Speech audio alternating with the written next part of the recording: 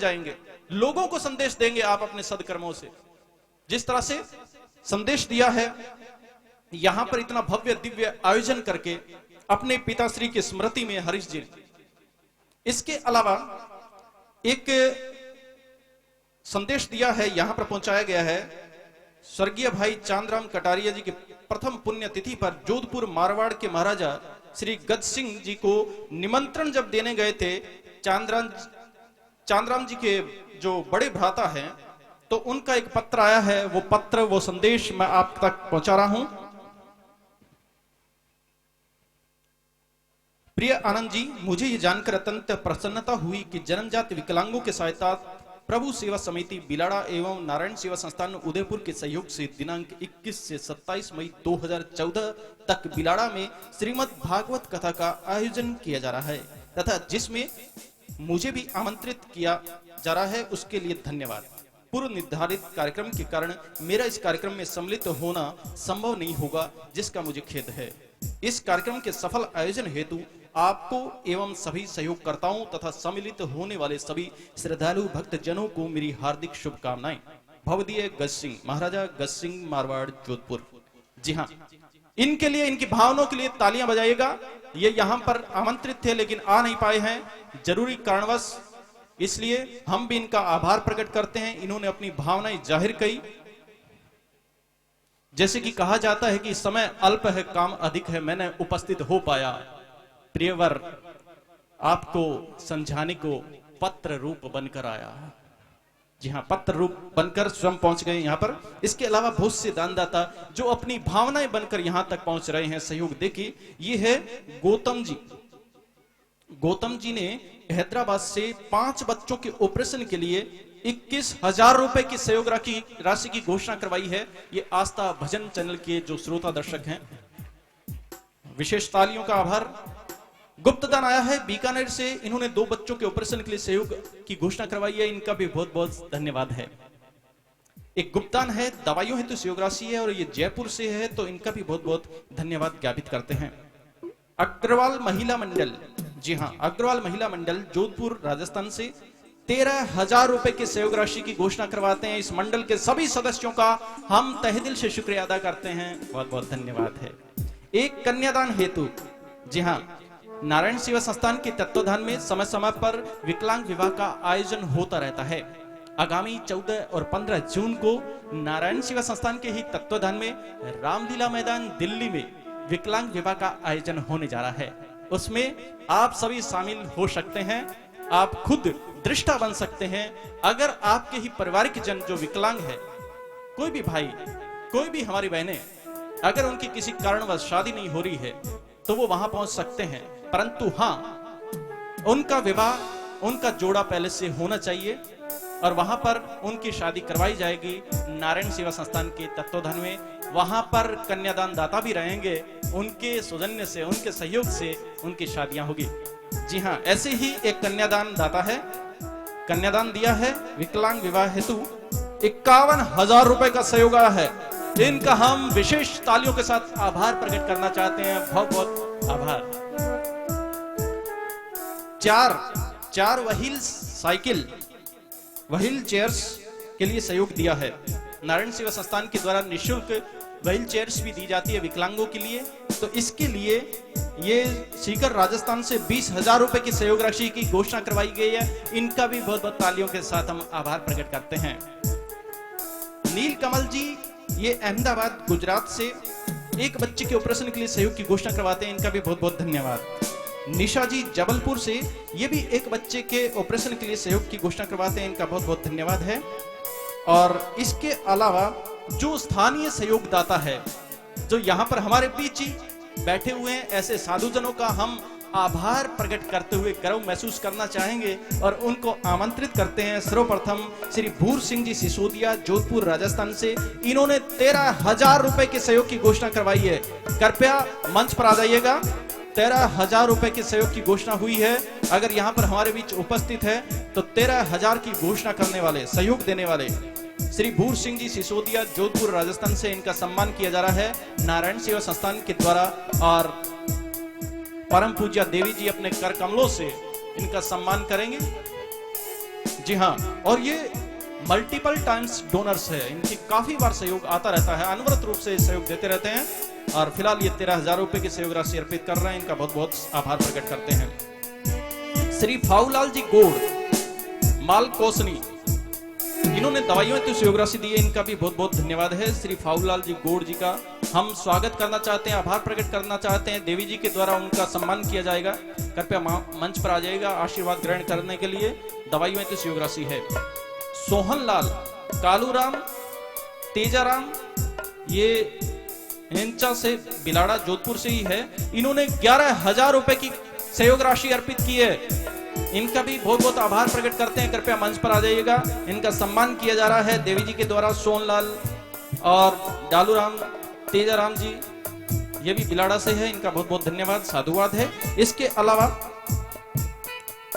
हरिओम जी की सुपुत्री सरोज जी हाँ, जो उच्चाड़ा बिलाड़ा से है, हरिओम जी की सुपुत्री सरोज जी, वो भी मंच पर आ जाइएगा, उन्होंने दवाइयों में सहयोग राशि दी है, इनका भी बहुत बहुत धन्यवाद है, वो भी स्थानीय है। रमेश चंद्र जी गोयल, जो अध्यापक है, निवासी ब्यावर, राजस्थान से, हाल ये बिलाड़ा में है लेकिन मूल रूप से ये ब्यावर वासी है। इन्होंने बहुत बड़ी शिक्षा दी है, ये खुद शिक्षक है, अध्यापक है, रमेश चंद्र गोयल जी।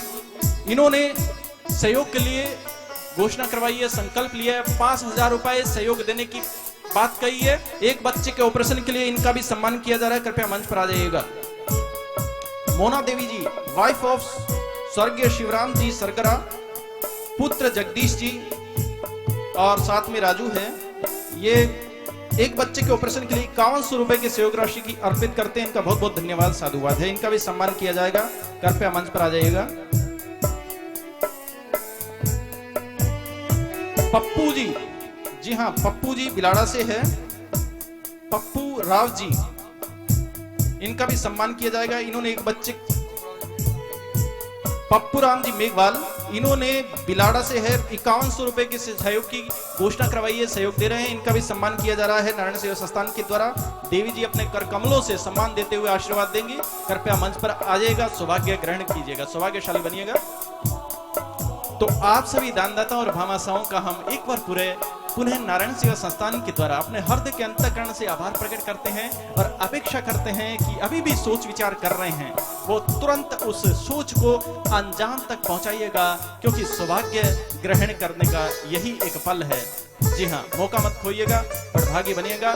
टीवी स्क्रीन पर बराबर नारायण सेवा संस्थान के संपर्क सूत्र फ्लैश किए जाते हैं, जो टीवी देख रहे हैं वो भी सहयोग की घोषणा करवा सकते हैं इन नंबरों पर संपर्क करके, आशा ऐसा करेंगे। इसी उम्मीद से आइए पुनः चलते हैं श्रीमद् भागवत कथा के श्री चरणों में। जय श्री राधे, जय नारायण। बोलिए श्री राधा कृष्ण भगवान की जय। भागवत जी में इस तरह से अभी आपने सुना कि सृष्टि क्रम का वर्णन किया गया और कपिल देव जी के द्वारा अपनी माता देवहूति को अष्टांग योग एवं 9 भक्तियों की और वेदों की दर्शन भक्ति, भागवत की 10वीं भक्ति के बारे में बड़ा सुंदर ज्ञान का उपदेश दिया गया। आगे भागवत जी में प्रसंग आता है ऋषभ देव जी के पावन चरित्र का। ऋषभ देव नाम के एक राजा थे, बड़े ज्ञानी, धर्मवान, तपस्वी और योगी थे।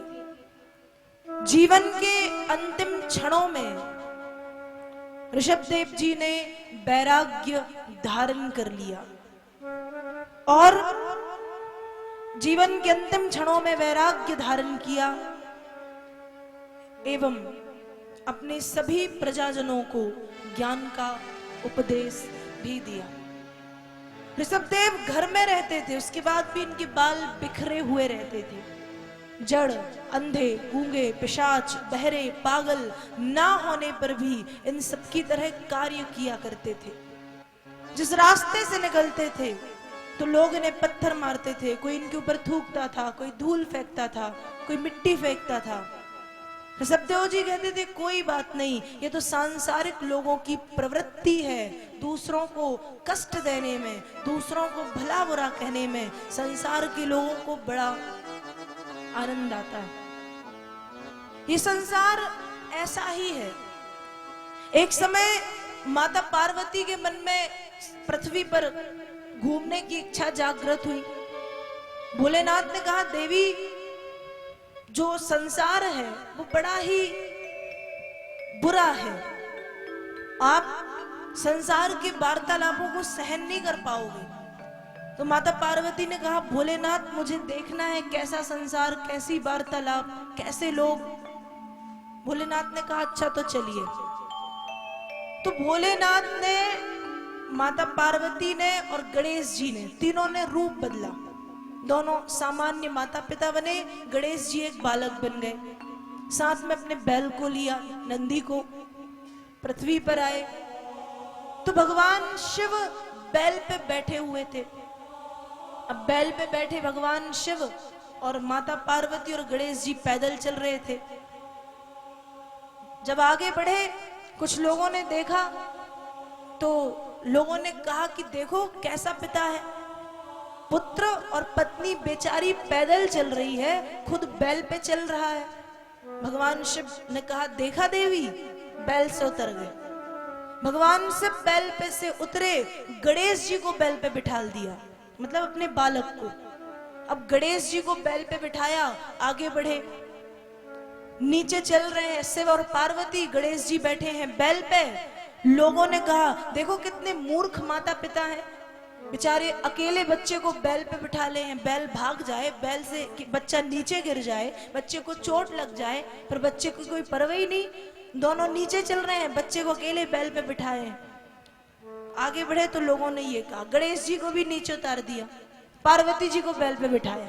भगवान शिव और गणेश जी पैदल चलने लगे, बैल पे बैठी पार्वती। और जब आगे बढ़े तो आगे कुछ औरतें, महिलाएं खड़ी थीं। उन महिलाओं ने पार्वती जी को देख के कहा, देखो तो कैसी स्त्री है, पति और पुत्र पैदल चल रहे हैं, खुद बैल पे बैठी है, शर्म नाम की कोई चीज नहीं है। भगवान शिव ने कहा, देखा देवी, भिन्न भिन्न प्रकार की बातें। अब पार्वती जी को भी नीचे उतार दिया। और जब पार्वती जी को नीचे उतारा, अब फिर आगे बढ़े तो अब क्या किया, अब शंकर जी, पार्वती जी और गणेश जी तीनों एक साथ बैल पे बैठ गए। और जब तीनों एक साथ बैल पे बैठे तो आगे चल के लोगों ने कहा कि देखो कितने मूर्ख लोग हैं, एक छोटे से बैल की जान लिए जा रहे, तीन तीन बैल पे बैठे, तीन तीन बैल पे चढ़े हुए। आगे भगवान शिव ने पार्वती जी से कहा कि देवी, दुनिया में कुछ भी करो, लोगों को बुराई ढूंढनी है, लोगों को छोटा ना कुछ बुराई निकालनी ही है। ये संसार है। जब बैल पे कोई नहीं था तो बैल अकेला चल रहा है, गणेश जी को बिठाया तो कितने बुरे माता पिता हैं, बच्चा अकेला बैठा है। पार्वती बैठी तो कैसी पत्नी है, पति पैदल चल रहा है, खुद बैल पे बैठी है। भगवान शिव बैठे तो कैसा पति है, बच्चा चल रहा है, कैसा पिता है, बच्चा चल रहा है, खुद बैल पे बैठा है। तीनों बैठ गए तो कैसे मूर्ख लोग हैं, एक बैल के ऊपर तीन तीन बैठे हैं, मार डालेंगे बैल को। संसार ऐसा ही है, कुछ भी करो, कुछ ना कुछ खामी, कुछ ना कुछ कमी लोग निकाल ही लेते हैं, ढूंढ ही लेते हैं। लोगों ने तो भगवती सीता को नहीं छोड़ा, लोगों ने तो भगवान कृष्ण को और राम जी को नहीं छोड़ा, फिर हमें और आपको कैसे छोड़ सकते हैं? लोग तो एक दूसरे की टांग खींचने में लगे ही रहते हैं। खुद कैसे भी हो, खुद का चरित्र क्या है, खुद का जीवन क्या है, वो नहीं देखते, पर दूसरों को जरूर देखते हैं कि दूसरा क्या है, दूसरा कैसे रह रहा है, और बुराई निकालते हैं। तो ऋषभदेव जी बड़े ज्ञानी थे, जीवन के अंतिम क्षणों में वैराग्य धारण किया। जब रास्ते से निकलते थे तो लोग इन्हें भी पत्थर मारते थे। इतने बड़े ज्ञानी, इनका तो कोई कसूर नहीं था, इनका तो कोई मतलब कोई ऐसा कुछ था नहीं कि लोग इन्हें भला बुरा कहें, पर फिर भी इतने बड़े ज्ञानी को ऋषभ देव जी भला बुरा कहते थे, कोई पत्थर मारता था, कोई धूल फेंकता था, पर ऋषभ देव जी ने विचार किया कि जब हाथी चलता है तो सैकड़ों कुत्ते भौंकते रहते हैं, कुत्ते भौंकेंगे क्या, भौंकते भौंकते थक जाएंगे, कर कुछ नहीं सकते। ऋषभ देव जी हाथी की चाल में चलते थे और सोचते थे कि संसार के लोग तो ऐसे ही हैं। यदि हम संसार की सुनेंगे तो हम जो करना चाहते हैं वो कभी नहीं कर सकते। यदि व्यक्ति को अपने लक्ष्य पर चलना है, लक्ष्य को रखते हुए, निर्धारित करते हुए आगे बढ़ना है, तो व्यक्ति को बहरा बनना होगा। बहरा जब व्यक्ति बन जाएगा कि मतलब कोई कुछ भी कहे हमें सुनना ही नहीं, हमें ध्यान ही नहीं देना, तुम्हारा मुंह है, बकते बकते बोलते बोलते तुम खुद थक जाओगे। जब व्यक्ति अपने लक्ष्य पर आगे बढ़ता है या आगे चलता है तो कई टांग खींचने वाले आते हैं, कई उसे भला बुरा कहने वाले आते हैं, कई उसकी बुराई करते हैं, कई उसके जीवन में इंटरफेयर करते हैं। पर यदि व्यक्ति इन सब झंझावातों में पड़ जाए तो बेचारा सुन सुन के मर जाए। इसलिए व्यक्ति को चाहिए कि वो जब अपने लक्ष्य की ओर चले तो बहरा बन जाए, मतलब ऐसे जीवन यापन करने लगे कि उसे कुछ सुनाई ही नहीं पड़ रहा। और जब बहरे की भांति हम जीवन यापन करेंगे तो दुनिया के प्रपंच हमें सुनाई नहीं देंगे, और जब कोई प्रपंच सुनाई नहीं देगा तो हम अपनी चाल में चलते रहेंगे। क्योंकि जब हाथी चलता है तो एक की कौन कहे, सैकड़ों कुत्ते भौंकते हैं, पर भौंकते भौंकते खुद थक जाते हैं, अपने आप उनका मुंह बंद हो जाता है, भौंकना बंद हो जाता है। अब ऋषभ देव जी चलते थे, बेचारे ने क्या बिगाड़ा दुनिया का, परमहंस थे, बैरागी थे, पहले तो राजा थे, अंतिम समय में वैराग्य धारण किया तो लोगों ने उन्हें भी नहीं छोड़ा। किसी ने पत्थर मारा, किसी ने धूल फेंकी, किसी ने मिट्टी फेंकी, किसी ने थूक दिया, किसी ने भला बुरा कह दिया, किसी ने कुछ कह दिया, किसी ने कुछ कह दिया, तो किसी ने कुछ कह दिया। ऋषभ देव जी कहते थे कोई बात नहीं, ये तो सांसारिक लोगों की प्रवृत्ति है, ये तो संसार के लोगों की आदत है, दूसरों को दुख देने में, दूसरों की भलाई करने में, दूसरों की निंदा करने में सांसारिक लोगों को बड़ा आनंद आता है, बड़ा मजा आता है, प्रसन्नता होती है। ऋषभ देव जी अपनी चाल में चलते थे और निरंतर भगवान नाम संकीर्तन करते रहते थे। जीवन के अंतिम क्षणों में अपने प्रजाजनों को और अपने सभी लोगों को ऋषभ देव जी ने ज्ञान का उपदेश दिया। ऋषभ देव जी के 100 पुत्र थे, इनके 100 पुत्र थे, 100 पुत्रों को और प्रजा को ज्ञान का उपदेश दिया। बड़ी सुंदर बातें बताई और कहा, नायम देहो देह भाजाम्र लोके कष्टान कामान अर्हते बिंभुजाम ये तपो दिव्यम पुत्र गायेन सत्वम शुद्धये तस्माद् ब्रह्म सौख्यम त्वनन्तम। हे पुत्रों, हे प्रजाजन, इस मर्त्य लोक में ये जो मनुष्य का शरीर हमें प्राप्त हुआ है, ये शरीर सिर्फ काम, वासना, भोग और विलास के सुख को प्राप्त करने के लिए नहीं मिला है। ये शरीर मिला है किस लिए? कि हम उस सुख को प्राप्त करें जिस सुख का कभी अंत नहीं होता, जिसे अनंत सुख कहते हैं, जिसे ब्रह्म सुख कहते हैं, जिसे ब्रह्मानंद कहते हैं। क्योंकि ये जो क्षणिक सुख है, ये क्षणिक सुख मनुष्य के साथ साथ पशु पक्षी और जानवरों को भी मिलते हैं। जैसे हम अपना भोजन करते हैं, हम खाते हैं दाल, चावल, सब्जी, रोटी, अचार, पापड़, चटनी, मिठाई आदि। गाय खाती है घास, बकरी खाती है पत्तियां, कुत्ता खाता है रोटी या गंदगी, कीड़े मकोड़े खाते हैं गंदगी, कृमि खाती है मल या गंदगी। तो जब हम अपना भोजन करते हैं हमें उसमें आनंद मिलता है। पशु पक्षी और जानवर अपना भोजन करते हैं, उन्हें उसमें आनंद मिलता है। भोग के सुख से वे भी वंचित नहीं है। यदि पेट एक इंसान का भरता है तो पेट जानवर का भी भरता है। पेट जानवर भी भरना जानते हैं। हम अपने बिस्तर पर सोते हैं, अच्छा बिस्तर है, गद्दे अच्छे हैं, तकिया अच्छा है, चादर अच्छा है, चादर अच्छी है, पंखा लगा है, एसी लगी है, कूलर लगा है, आनंद आ रहा है। गाय गौशाला में सोती है, उसे गौशाला में एयर कंडीशनर रूम की सुख की प्राप्ति होती है। कुत्ता मार्ग में सो जाता है, पालतू है तो आजकल तो कुत्तों के भी बड़े सुख हैं, बड़े सुख उन्हें प्राप्त होते हैं। घर में है किसी के तो अच्छे से सोते हैं। पशु पक्षी घोंसला बना करके सोते हैं। मतलब ये विश्राम का सुख भी सबको मिलता है, सिर्फ मनुष्य को नहीं मिलता।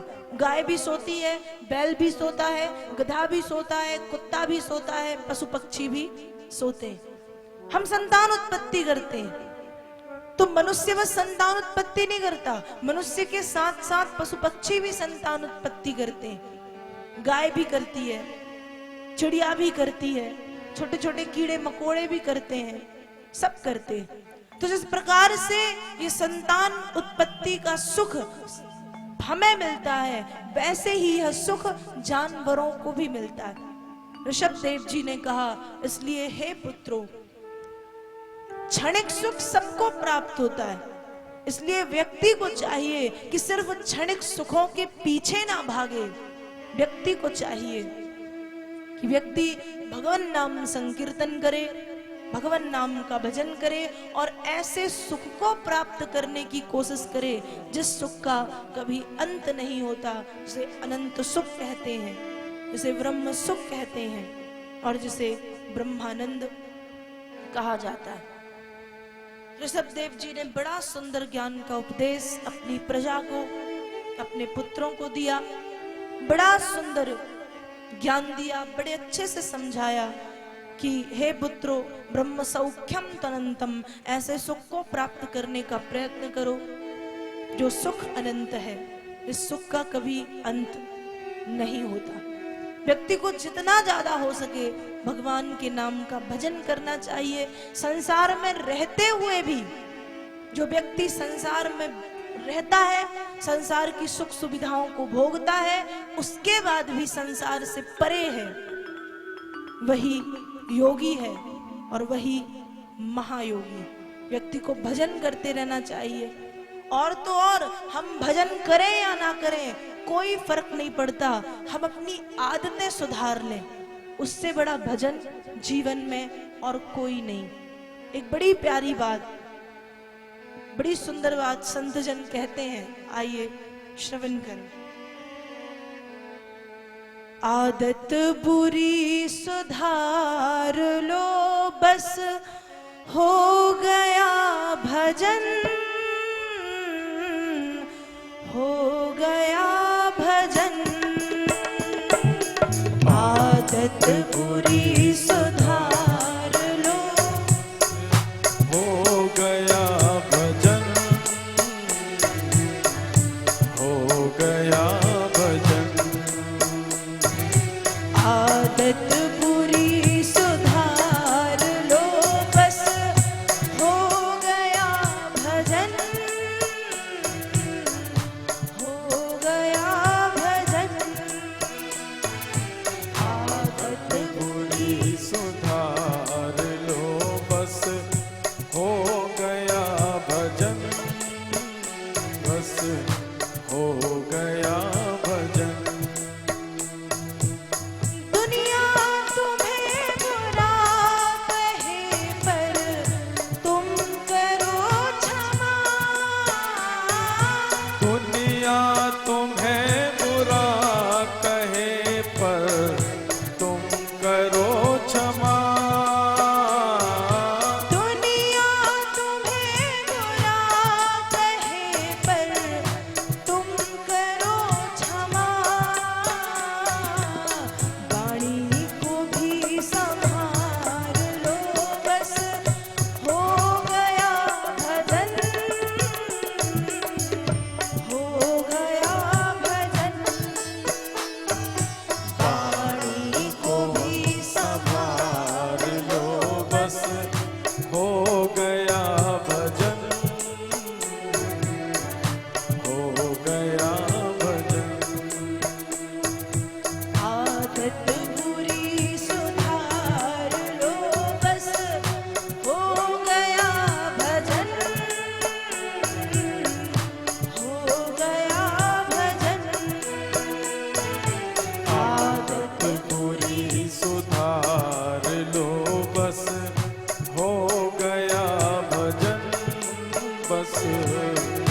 हो गया भजन।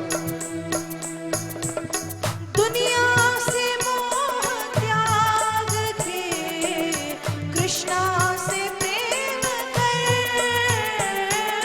दुनिया से मोह त्याग कर कृष्णा से प्रेम कर। गुरु ज्ञान अंजन सार लो बस हो गया भजन, हो गया भजन। गुरु ज्ञान अंजन सार लो बस हो गया भजन, बस हो गया भजन। आदत बुरी सुधार लो बस हो गया भजन, हो गया भजन।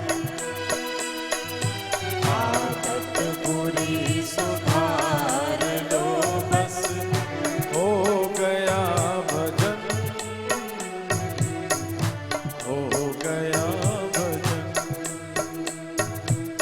दृष्टि में तेरी खोट है दुनिया निहार ले। सृष्टि में तेरी खोट है दुनिया निनार ले। दृष्टि में तेरी खोट है दुनिया निहार ले। गुरु ज्ञान अंजन सार लो बस हो गया भजन,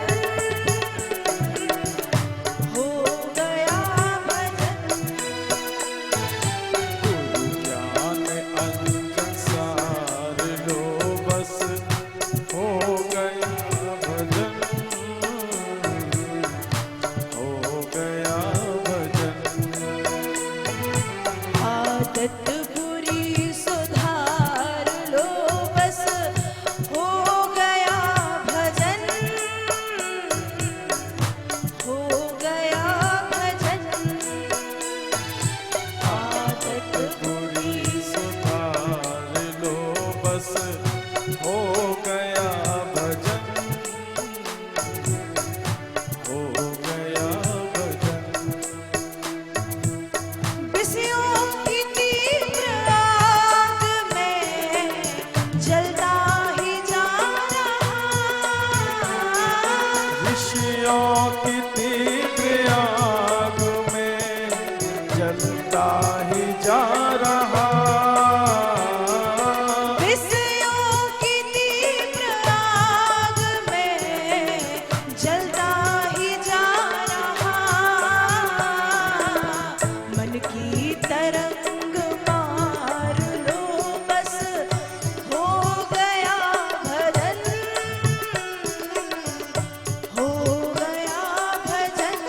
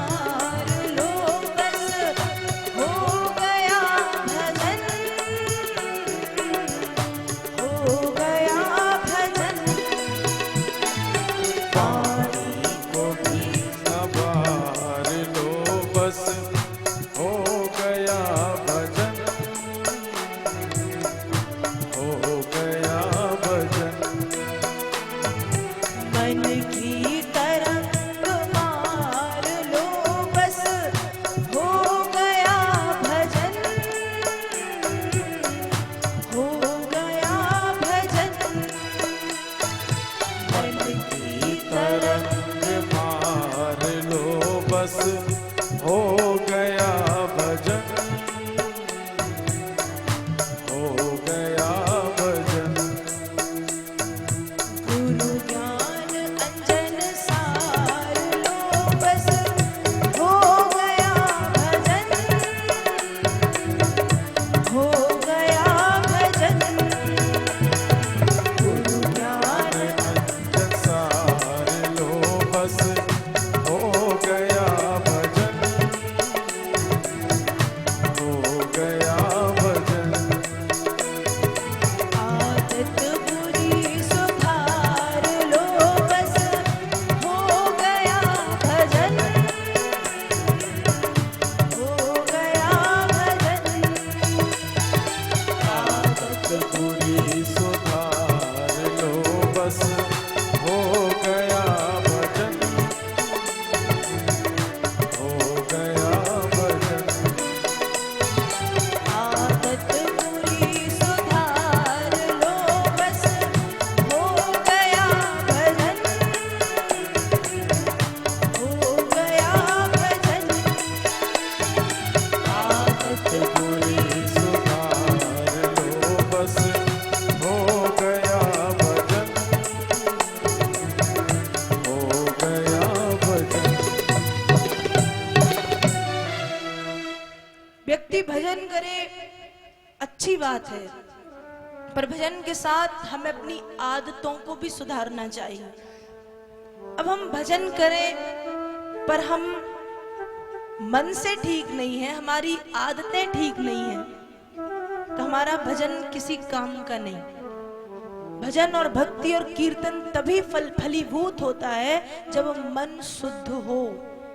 एक बार तन शुद्ध नहीं होगा तो चल जाएगा, क्योंकि रामचरितमानस में बाबा तुलसी ने लिखा, भगवान राम ने स्वयं कहा क्या, निर्मल मन जन सो मोहि पावा, निर्मल मन जन सो मोहि पावा, मोहि कपट छल छेत्र न भावा, मोहि कपट छल छेत्र न भावा, निर्मल मन जन सो मोहि पावा, निर्मल मन जन सो मोहि पावा, मोहि कपट छल छेत्र न भावा, निर्मल मन जन सो मोहि पावा, निर्मल मन जन सो मोहि पावा, मोहि कपट छल छेत्र न भावा, मोहि कपट छल छेत्र न भावा, मोहि कपट छल छिद्र न भावा, निर्मल मन जन सो मोहि पावा। भगवान ने कहा यदि मुझे पाना है तो पहले मन पवित्र कर लो। तन पवित्र हो ना हो है तो ठीक और नहीं है तो ठीक, पर मन का पवित्र होना जरूरी है। मुझे वही पा पाता है इसके मन में पवित्रता हो। निर्मल मन जन सो मोहि पावा, मोहि कपट छल छिद्र अभावा। व्यक्ति का जीवन ये नहीं होना चाहिए कि सिर्फ दिखावा हो, जो वो भीतर से है बाहर से भी वैसा ही होना चाहिए, या जो बाहर है वैसा ही भीतर होना चाहिए। दिखावा भगवान को रास नहीं आता। भगवान को पसंद है निर्मलता, पवित्रता, अंतःकरण की शुद्धता। भगवान के सामने दोहरी नीति नहीं चलती, दोपने नहीं चलते कि भीतर से कुछ है बाहर से कुछ है। बाहर से राम राम पेट में कसाई काम, ये नहीं चलते। यदि बाहर से राम नाम है तो भीतर भी राम राम होना चाहिए। और कसाई काम कर रहे हो तो खुल के करो। व्यक्ति छिप के वही काम करता है जब वो गलत काम करता है, उसी में डरता है। और जब वो गलत नहीं करता तो वो किसी से नहीं डरता, और डरता है तो वो गलत करता है। एक बड़ी सुंदर बात मैंने किसी के मुख से सुनी थी कि जब प्राणी के मन में डर जागृत हो जाता है तो उसका सत्य गूंगा हो जाता है। जब डर जाता है वो तो उसका सत्य गूंगा हो जाता है, मौन हो जाता है। डरता वही है जो गलत काम करता है, और जो गलत नहीं करता वो किसी से नहीं डरता। आप गलत नहीं कर रहे हो तो सामने करो, सबके सामने करो, छिपाते क्यों? और जो गलत कर रहे हो तो छिपाओगे, क्योंकि छिपाता वही है जो गलत होता है। इसलिए ध्यान रहे, भगवान को दोहरापना अच्छा नहीं लगता, रास नहीं आता।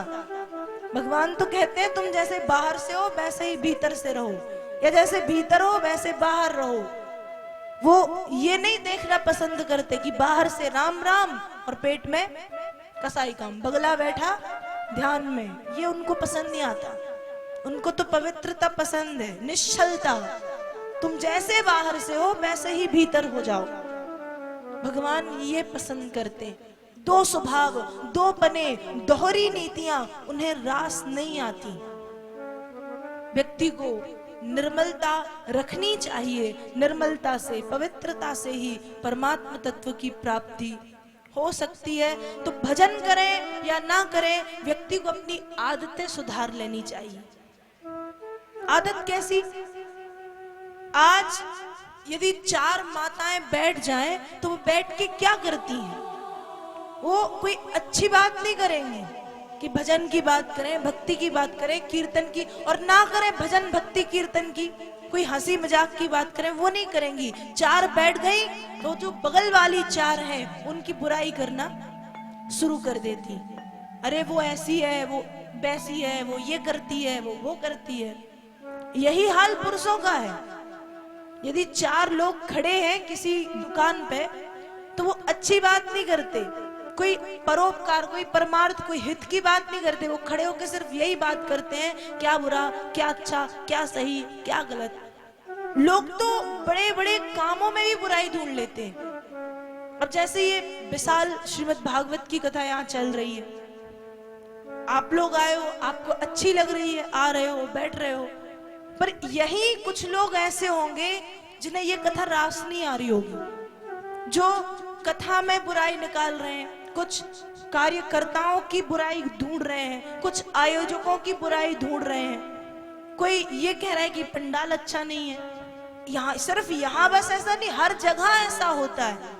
कोई कहेगा पंडाल अच्छा नहीं, कोई कहेगा मंच अच्छा नहीं, कोई कहेगा वक्ता अच्छा नहीं, कोई कहेगा श्रोता अच्छा नहीं, मतलब सब लगे रहते हैं। हमें अपनी आदतें सुधारनी है। हम आदत सुधार लेंगे, भगवान अपने आप कृपा कर देंगे। अब आप खूब पूजा पाठ करो, खूब भजन करो, दिन भर गोमुखी लेके राम राम राम भजते रहो, पर भीतर से जले जा रहे हो, ईर्ष्या आपको खाए जा रही है, तो आपका वो राम राम कभी फलीभूत नहीं होगा। आदत सुधारो, छल त्याग दो, कपट त्याग दो, जलन त्याग दो, क्रोध त्याग दो, दूसरों की निंदा करना छोड़ दो। ये बुराइयां हैं, इन बुराइयों पर हमें विजय पाना है, इन बुराइयों को हमें छोड़ना है, इन बुराइयों से हमें जीतना है। ये बुराइयां हमारे ऊपर हावी हो जाती हैं। झूठ नहीं बोलना है, सत्य के मार्ग पर चलना है। ये आदतें हैं, अच्छी आदत। हम झूठ नहीं बोलेंगे, हम किसी की बुराई नहीं करेंगे, हम किसी की निंदा नहीं करेंगे, हम किसी को दुख नहीं देंगे, हम माता पिता को गलत नहीं कहेंगे, हम गौ माता को मारेंगे नहीं। ये आदतें हैं, इन्हें हम सुधार लें, भगवान अपने आप खुश हो जाएंगे। आज पृथ्वी के जो प्रत्यक्ष देवता हैं, हमारे माता पिता, वो हमसे रूठ जाएं और हम खूब मंदिर में जाके, बद्रीनाथ में जाके घंटी हिलाएं, शंख बजाएं, कोई फर्क नहीं पड़ने वाला। क्योंकि जो आपके साक्षात देवी देवता हैं, आपके पृथ्वी के जो देवी देवता हैं, जब वे नाराज हैं तो वे कभी खुश नहीं होंगे। पहले उनको खुश कर लो, वे अपने आप खुश हो जाएंगे। हम अपनी आदतें सुधारें। भजन करने से बहुत कुछ होता है, लेकिन उससे ज्यादा कुछ होता है कि हम सरल हो जाएं, हम सत्य के मार्ग पर चलने लगें, हमारे जीवन में विनम्रता आ जाए, हम हिंसा करना छोड़ दें, हम बुरा भला कहना छोड़ दें, हम झूठ बोलना छोड़ दें, हम छल करना छोड़ दें, हम कपट करना छोड़ दें, हम ढोंग करना छोड़ दें, ये सब छोड़ दें बस। क्योंकि दिन भर भजन कोई नहीं कर सकता, न मैं कर सकती हूँ, ना आप कर सकते हो। आप लोग पूछोगे कि मैं कितनी देर भजन करती हूँ, नहीं करती। सुबह 1 घंटे पूजन करती हूँ बस, उसके बाद शाम को 2-4 माला का जाप, इससे ज्यादा नहीं। पर उतने में ही बड़े ध्यान से, बड़ी शुद्धता से वो सब होना चाहिए। कोई 24 घंटे गोमुखी लेके नहीं बैठ सकता, क्योंकि आपको भी काम है, मुझे भी काम है। आपको काम है अपना घर संभालना, माताओं को काम है बच्चों को देखना, पति की सेवा करना, घर का काम करना, रोटी बनाना, खाना बनाना। पुरुषों का काम है अपने दफ्तर जाना, अपनी आजीविका के साधनों को चलाना। मेरा काम है, पूजा भी करती हूँ, साथ साथ पढ़ाई भी करती हूँ, कॉलेज की पढ़ाई भी करती हूँ, भागवत जी की पढ़ाई भी करती हूँ। तो कोई दिन भर पूजा पाठ नहीं कर सकता, कोई दिन भर माला लेके नहीं बैठ सकता। पर जितनी देर बैठो, उतनी 5 मिनट भी बैठ रहे हो तो पूरे समर्पण के साथ बैठ जाओ। फिर ध्यान चारों तरफ नहीं होना चाहिए।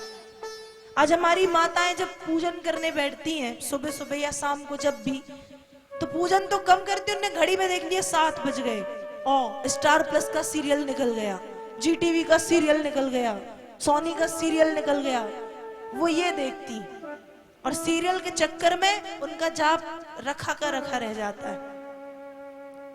दिन भर जाप कोई नहीं कर सकता, दिन भर भजन कोई नहीं कर सकता। सबको अपने अपने काम है, इसलिए अपने काम खूब करो। माताएं खूब रोटी बनाएं, खूब घर के काम करें, बच्चों का ध्यान रखें, मनोरंजन करें, टीवी देखें, हंसें, खेलें, कूदें, खाएं पिएं, सब करें।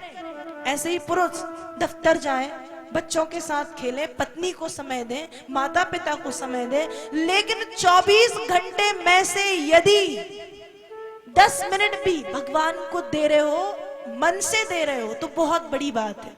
क्योंकि तुलसीदास जी कहते हैं, मैं नहीं कहती, बाबा तुलसी कहते हैं, एक घड़ी आधी घड़ी, आधी में पुनियाद, और तुलसी चर्चा राम की, हरे कोटि अपराध। एक घड़ी, 1 घंटा, आधी घड़ी, आधे घंटा, आधी में पुनियाद, आधे में भी आधा और उसमें भी आधा, तुलसी चर्चा राम की, हरे कोटि अपराध।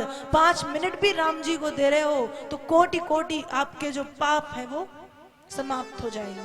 क्योंकि कृष्ण नाम एक ऐसी चिंगारी है जो कोटि कोटि जन्म जन्मांतरों के महापातक पाप राशियों को जला करके भस्म कर देती। जिसकी जिह्वा पर एक बार कृष्ण नाम आ गया, मतलब समझ लो उसने अपने सभी पापों से मुक्ति पा ली। पर ध्यान रहे, नाम कैसा लें, ऐसे नहीं कि बाहर से राम राम पेट में कसाई का। नाम कैसा हो, नाम ऐसा हो कि बाहर भी राम है तो भीतर भी राम ही हो, कृष्ण ही हो, कसाई काम ना हो, ऐसा हो। व्यक्ति अपनी आदतें सुधारे, सबसे मूल चीज है हम अपनी आदतें सुधार लें। हम माता पिता को भला बुरा ना कहें, हम गौ माता को मारे ना, हम झूठ ना बोलें, हम छल ना करें, हम कपट ना करें, हम स्वार्थ ना करें। इन सभी से हम मुक्त हो जाएं, इसके बाद हम भजन करें तो अच्छा और ना करें तो अच्छा। आदत बुरी सुधार लो, बस हो गया भजन। इतना कर लो, भजन हो गया। और निवेदन यही है, यदि आप चाहें भगवान का पूजन करना तो जितनी बने तो ठीक, और नहीं बने तो चिंता की बात नहीं है। 5 बार राधे कृष्ण कह लो, ओम नमो भगवते वासुदेवाय कह लो। 5 बार कम लग रहा है तो 11 बार कहो, 21 बार कहो, 31 बार कहो, 51 बार कहो, 108 बार कहो। वो भी कम है तो 1 घंटे भर बैठ के नाम ले लो। पर नाम लो, नाम की निरंतरता ना टूटे, नियमितता से नाम लो, और साथ साथ व्यक्ति अपनी आदतें सुधारे। यही प्रभु की सबसे बड़ी भक्ति है कि सबको हम समान दृष्टि से देखें। ऊंच नीच का भाव हमारे मन में ना हो, प्रेम हो, करुणा हो, सत्य हो, सभी के प्रति सम्मान हो, सभी के प्रति प्रेम हो, ये भाव हमारे मन में होने चाहिए। भजन करें हम, भक्ति करें हम, साथ साथ अपनी आदतें भी सुधारें हम। और यदि जीवन मिला है तो केवल क्षणिक सुखों के पीछे ना भागें। यदि परिवार जरूरी है, माता पिता जरूरी है, पत्नी जरूरी है, संतान जरूरी है, तो साथ साथ ईश्वर भी जरूरी है। इसलिए क्षणिक सुखों में लिप्त रहो, कोई बात नहीं। यदि हम संसार में हैं, संसारी मनुष्य हैं, तो संसार में तो रहेंगे, संसार का थोड़ा बहुत असर तो पड़ेगा, पर संसार को साथ में लेकर के भगवान को भी मत भूलो। भगवान नाम की धारा में हम बहते रहें, कभी कम, कभी ज्यादा, कभी थोड़ा, कभी बहुत ज्यादा। नाम लें, प्रभु का नाम लें, प्रभु के नाम का भजन करें और अपने मन से कहें। क्या कहें, आइए श्रवण करें। चल रे मन गोविंद शरण में, चल रे मन गोविंद शरण में, चल रे मन गोविंद शरण में, चल रे मन गोविंद शरण। हीरा जन्म गवायो बिरथा, सुख ढूंढत विषयन में। हीरा जन्म गवायो बिरथा, सुख ढूंढत विषयन में। झूठो सुख संसार में पायो, झूठो सुख संसार में पायो, साचो हरि सुमिरन में। चल रे मन गोविंद शरण में, चल रे मन गोविंद शरण। चल रे मन गोविंद शरण में, चल रे